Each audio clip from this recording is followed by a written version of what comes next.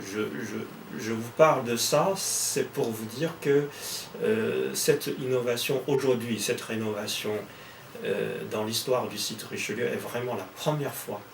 Hein. Euh, on intervient, l'architecte Bruno Gaudin intervient sur l'ensemble du site. Donc il y a des monuments à conserver, par exemple, dans le magasin central, si vous allez voir, c'est un parfait exemple de conciliation entre une valeur historique d'un monument historique, peu connu d'ailleurs. J'espère que cette rénovation va faire connaître cet espace très précieux de la bibliothèque. Mais en même temps, des exigences modernes en termes de sécurité et de sûreté. Donc c'est d'ailleurs lui qui a restitué l'aspect d'origine de cet espace. Parce qu'entre la Brouste et aujourd'hui, il y a eu des rénovations, il y a notamment la densification effectuée par Michel Rouchepitz dans les années 30, dans les années 50. D'ailleurs, le magasin central historique n'avait que 4 niveaux. Alors Rouchepitz a creusé 2 niveaux sous-sol et il a surélevé, ajouté 5 niveaux supérieurs en supprimant les combles vitrés. Vous voyez, à l'époque, dans les années 50, c'était... en fait, aujourd'hui, ce serait inimaginable de supprimer une toiture vitrée des années 70 du 19e siècle. Vous voyez. Donc tout ça, parce que le bâtiment évolue.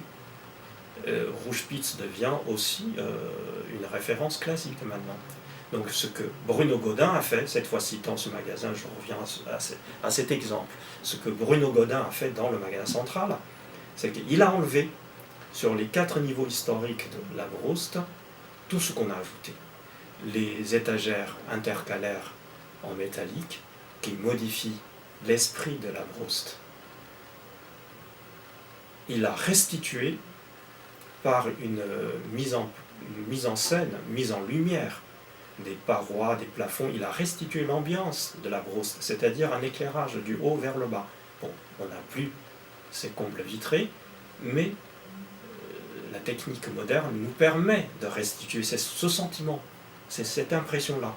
Donc vous voyez, là du coup, c'est un parfait exemple de conciliation, encore une fois, des exigences modernes et des valeurs historiques de ce bâtiment. Vous m'avez posé la question sur l'escalier d'honneur. Effectivement, à un moment donné, pour donner un nouveau souffle à ce bâtiment, il a fallu des démolitions. Il n'y a aucune rénovation sans démolition. La Brouste a complètement démoli l'aile Richelieu, ce qu'on a connu ici aujourd'hui, de l'ancien hôtel Nevers, il ne reste qu'un petit morceau. Voilà.